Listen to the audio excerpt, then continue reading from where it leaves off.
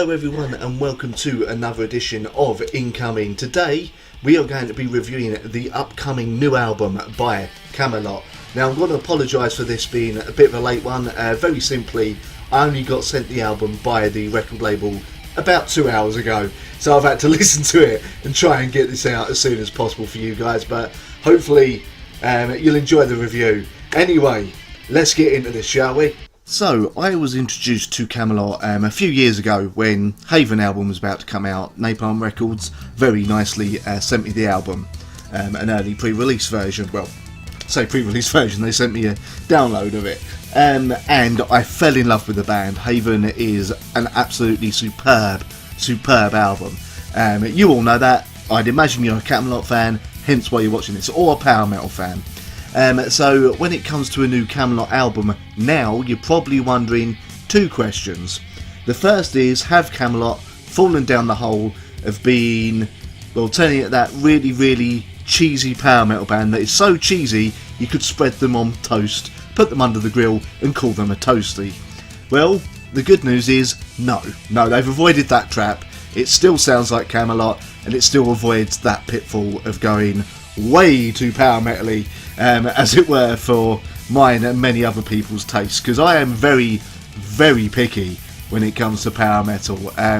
There's some stuff that, let's call it, that gets either so cheesy that it's either brilliant, such as Dream Evil, so cheesy that I can't listen to it because it's too much, of which there's a few bands that I've slightly been warming to a little bit, but I can't see me ever really loving them. And then there's bands who just become full-on Disney metal, which is what Stratovarius did for a while. Or Luca Turilli's Rhapsody, who made an album that was a soundtrack to a film that was never going to exist. I don't know. Anyway, the second question you're going to have is the big one. Is Shadow Theory as good an album as Haven, or is it even better? Well, no. But only marginally, and allow me to explain. Basically, we'll go into the album itself. Now, the album starts with your typical kind of setting the scene, kind of musical intro, orchestral and everything, as is pretty much standard these days for power metal and just metal albums in general, it would seem. Then we go into the current single that has got released, I believe, last week as of time of recording, called Phantom Divine Shadow Empire with Lauren Hart. And then we go into Raven Light as well. You've heard both these singles already. If not, go check them out on YouTube. If you didn't like those singles, then you're not going to like this album. If you didn't, but then again, if you didn't like those singles, you're probably not going to be a power metal fan, and you're probably not going to like Kamelot no matter what they do. So really, if you didn't like them, this is not the album for you. Simple as that. However, talking of Lauren Hart, I am glad to see her being used on here as a guest vocalist.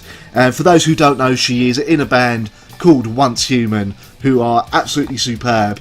And instead of just trying to get Alyssa back, who they've used on previous albums, they've changed it up for their growls by having Lauren Hart. If you like your music a bit heavier, go check out Lauren Hart on Once Human. Absolutely superb. Then we get into Amnesiac, which is your pretty much standard, really good, catchy kind of Kamelot tune. All's going well, all's fantastic. Then we get into Burns to Embrace. Now, the issue is, or I say my issue is with this, when it comes to Burns to Embrace, the song kind of goes nowhere for the first half.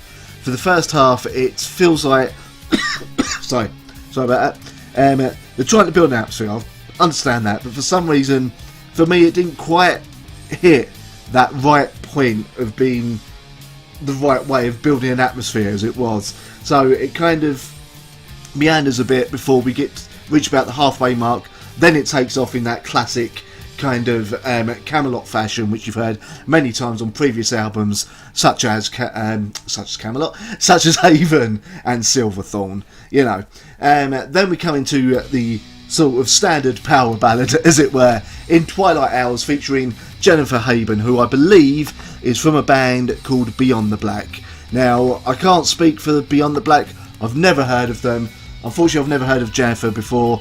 However, her performance on this track is so good and suits a kind of duet that she does with Tommy Karovic on this track so well that I'm going to have to go check them out, because yeah, I'm loving her voice, and this is an absolutely superb power ballad. I don't think yet that Kamelot have done a bad power ballad, but I have only heard now 4 albums. The first album I heard actually after Haven was their previous singer, and it was Poetry for the Poisoned, which many people since who are fans of Kamelot have told me was probably not the greatest decision in my life, because that's not a great album.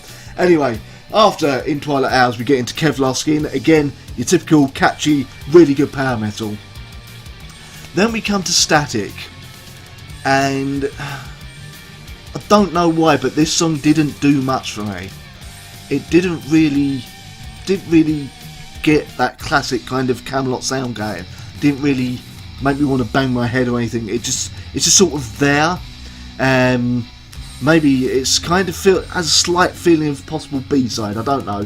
However, I will say this now, this is all based on a single listen of the album, because I wanted to get this review up for obvious reasons that I explained at the beginning of the video.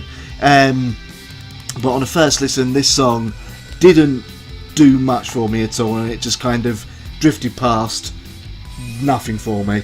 Then we come to Mindful Remedy, where Lauren Hart comes back again, growling her heart out, suits perfectly, absolutely superb song, and you are gonna for many years to come probably have the way that Tommy Karovic sings at Mindful Remedy in your head for a long time. It'll just be there, it'll never leave, much like the theme tune to DuckTales, and now you've all got it stuck in your head. Then Stories Unheard, fantastic. Vespertine, My Crimson Bride, again, very good song. Proud and Broken, absolutely superb way to finish the album.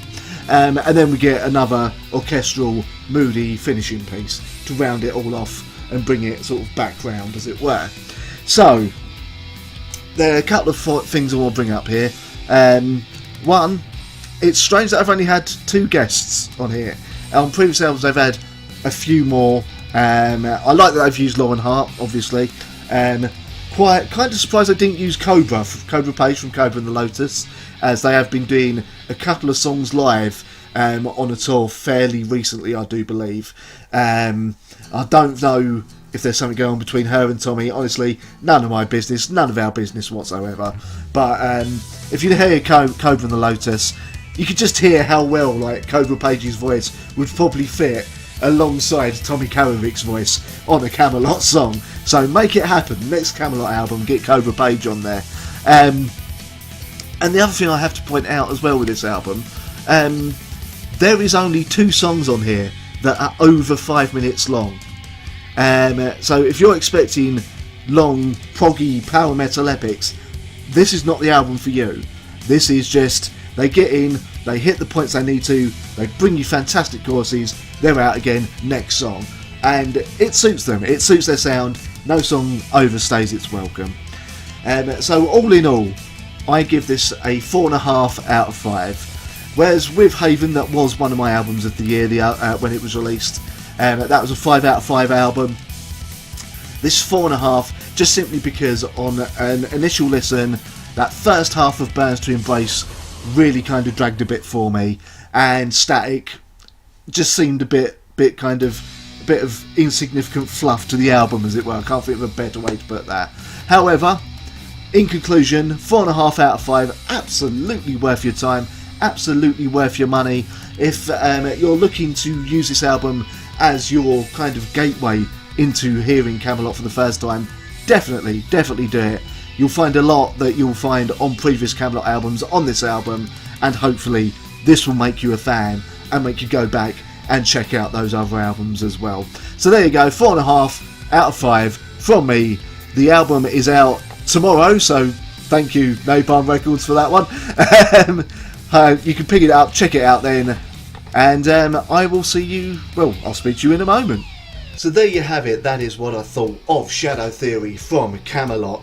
Thank you very much for watching. Feel free to check out my Patreon. The link is at the bottom of the screen now. As I said, that album by Kamelot is, as of the day of recording, out tomorrow. As I said, I only got sent the album literally 2 hours ago to sort of listen to and get this review up. Anyway, hopefully you've enjoyed the review. Thank you very much to Attic Ghost for being a patron of mine. As I said, if you want to become a patron, link is on the bottom down there right now, just underneath me. And also feel free to check out my radio show on thatmetalstation.com every Sunday from 2 PM GMT, 9 AM EST. Also, I want to say a quick shout out to Screech Bats and indeed Kit as well, the guitarist for Screech Bats, because that is the shirt I'm currently wearing there, Screech Bats. If you like your sort of commercial punk, go check them out, an unsigned band, absolutely awesome.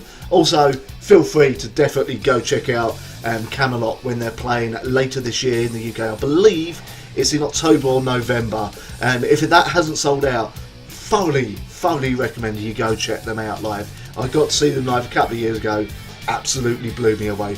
Anyway, thank you very much for watching, and I'll see you next time. I turn to face it all. Sun will burn.